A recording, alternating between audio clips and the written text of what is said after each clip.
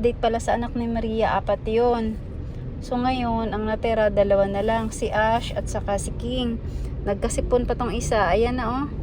Dadalhin namin sa vet. Ayan na. Oo. Nakanganga na lang dahil sa sipon. Atching. Yan o, tingnan nyo. Nakanganga na yan. Hirap niya matulog.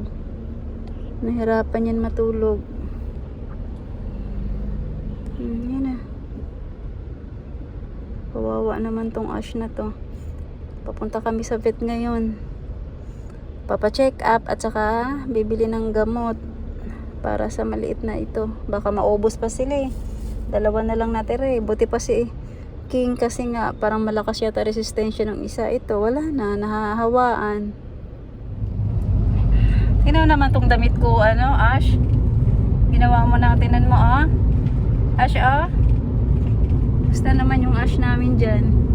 Ayan na nakanganga. Nakanganga ba yan? Ayan, dahil sa sipon. Kawawang bata.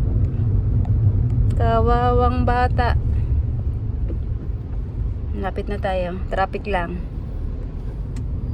Kumusta naman Ash? Galing kami sa vet. May sipon ang batang ito. Ayan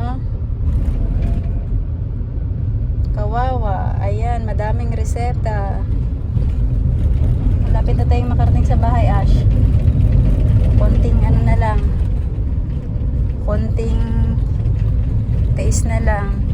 Uy. Kawawa naman yan aming Ash na yan na may sipon. Ash na may sipon.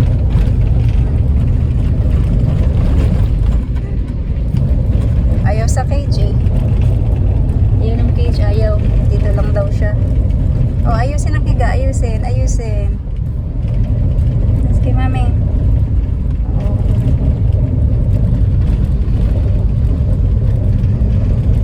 Tulog. Lapit na tayo. 5 kilometro na lang. 5 kilometro ba? Mahal? Or 2 or 1? Konting tiis na lang. Makakarating na tayo, Ash. 3 minutes. 3 minutes, Ash. Yun na Ang kaming reseta. Gusto lang binili namin. Binili ko pala. Saan pa? Ang reseta na. Ayan po ang Moxiclab, Immuno, Cetirizine.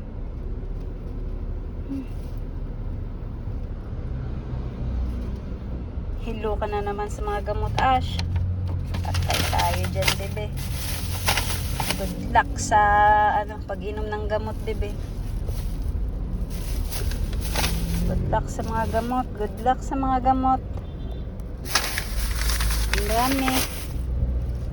Ang dami. Traffic lang, bebe. Pauwi na.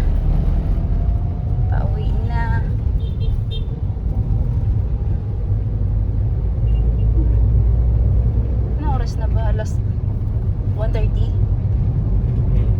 1:30. Traffic pa din.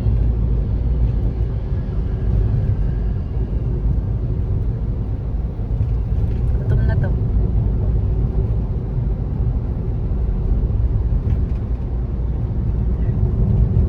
Asang BPI babanda? Tayo mag-withdraw.